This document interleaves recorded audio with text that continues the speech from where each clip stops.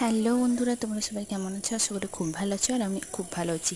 এই দেখো, আমাদের বাড়ির 12 মাসে পেয়ারা গাছে কত পেয়ারা ধরেছে। আবার এত পেয়ারা ধরেছে তোমরা দেখে ভাবতে পারবে না, চারিদিকে পুরো ছেয়ে গেছে। যে দেখো কত পেয়ারা,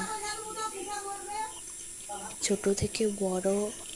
এইগুলো কিছুদিন পরেই বড় হয়ে যাবে খাওয়ার মতো। সবগুলো পেয়ারা গাছে প্রায় এরকমই পেয়ারা ধরেছে, জানো তো বন্ধুরা।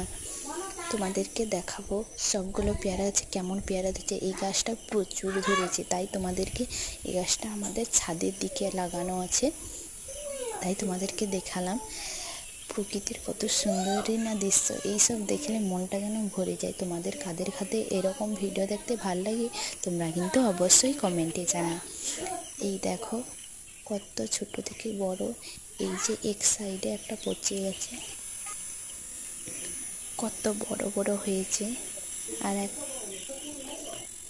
এই যে দেখো কত ছোট থেকে বড়, কত পেয়ারা, তোমরা ভাবতেই পারবে না। আমার তো দেখে মন ভরে যায়। এইসব